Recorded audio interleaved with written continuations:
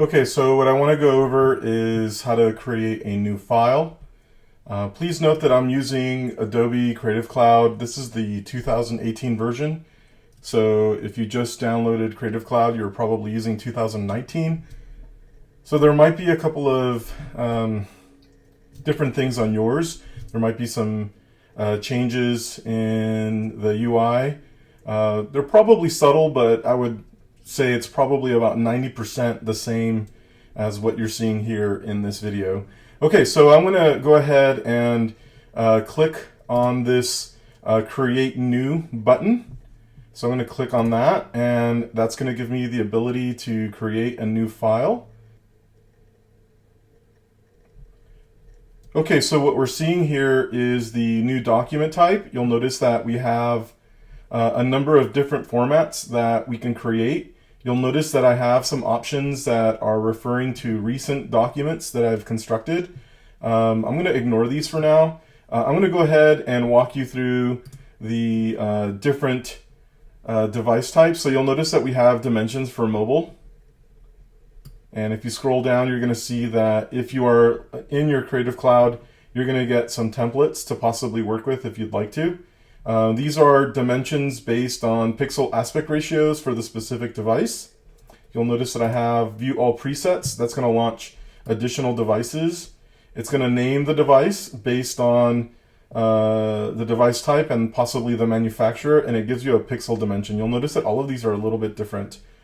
Some of them have a real high pixel density, so they're probably retina displays like this one over here, and then some of them are going to have really small pixel densities. For example, this Apple Watch, because it's a smaller screen size, you're going to have less pixels to work with. So you'll notice that we have the ability to create document sizes based on mobile devices. You have the ability to create document sizes for web presentation. You'll notice that the smallest web presentation size is 640 by 480. That is NTSC, which was the original web dimension, and that was based off of the cathode ray tube. If you click on print, we're going to get different presets. You're going to get print preset set for US standard, which is in the top row right now. It's letter, not all of these are US standard, letter, legal, and tabloid. And then the ones with an alphanumeric, these are in centimeters. These are the dimensions that you would find outside of the US.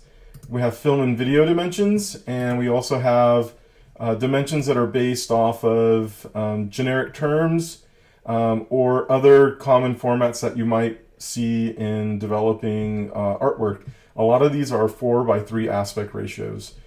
When I teach my class, I teach my class, I guess, relative to print, and I usually work with this letter dimension. We're going to go into more specifics about these sizes later, but for now, I'm just going to go ahead and select this letter size. Now you'll notice that on the right, we get a number of presets. Now on the presets, the first thing that you can see here is that we have a drop-down menu for a unit of measurement. Now that's set to points.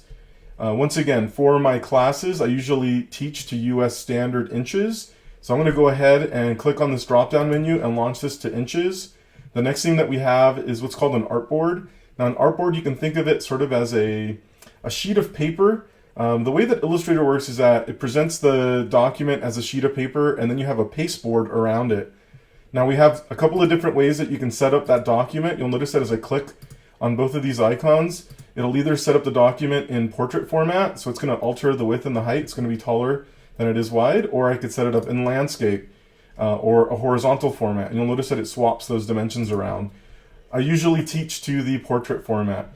The next variable that we have is something called bleed. Now this is a safety. Usually for bleed, the unit of measurement for that is 0.125 or 1/8 of an inch. And then you'll notice that we have some advanced options, but I'm not going to go over these right now. I'm going to go over these later. So I'm just going to leave those the way that they are, and I'm going to go ahead and hit create.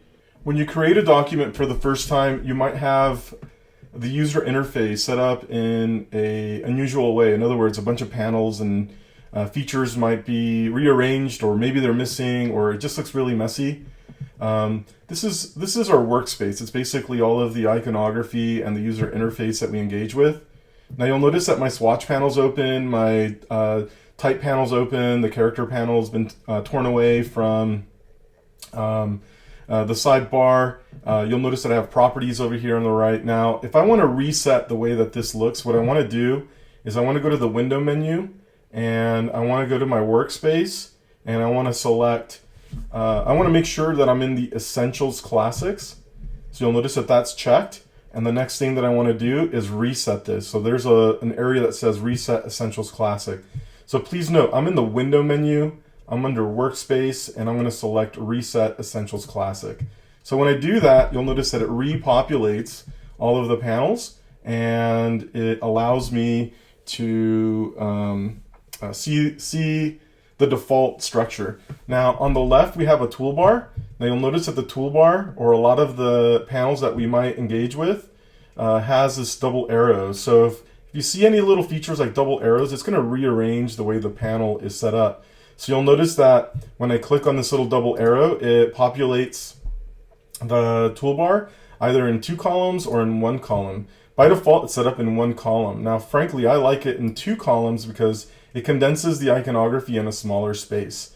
One of the things that you should note about the toolbar, you'll notice that it is set up in spaces. So you'll notice that there's these little lines that describe different areas within the toolbar. So the toolbar basically has selection tools right here. These are called creation tools, so these make things. These are modification tools. These are special effects. These are file management features. This is my fill color, and this is my stroke color.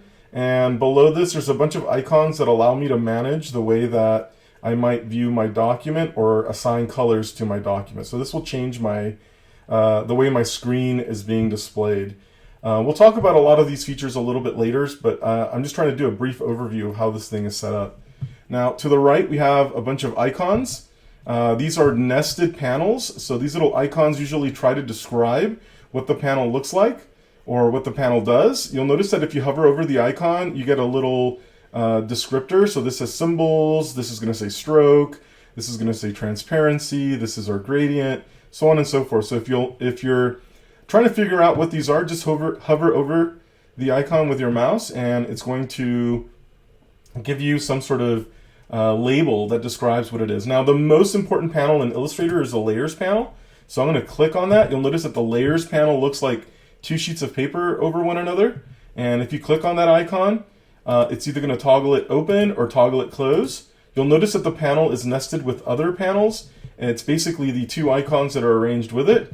Now, one of the things that you can do with panels, you can click on the tab. You'll notice it looks like a little tab. You can click on the tab and tear this away, and that's going to separate it from the nested icons. So I'm going to go ahead and click on this double arrow. That's going to nest these 2 remaining panels there, and I'm going to set my Layers panel over here to the right.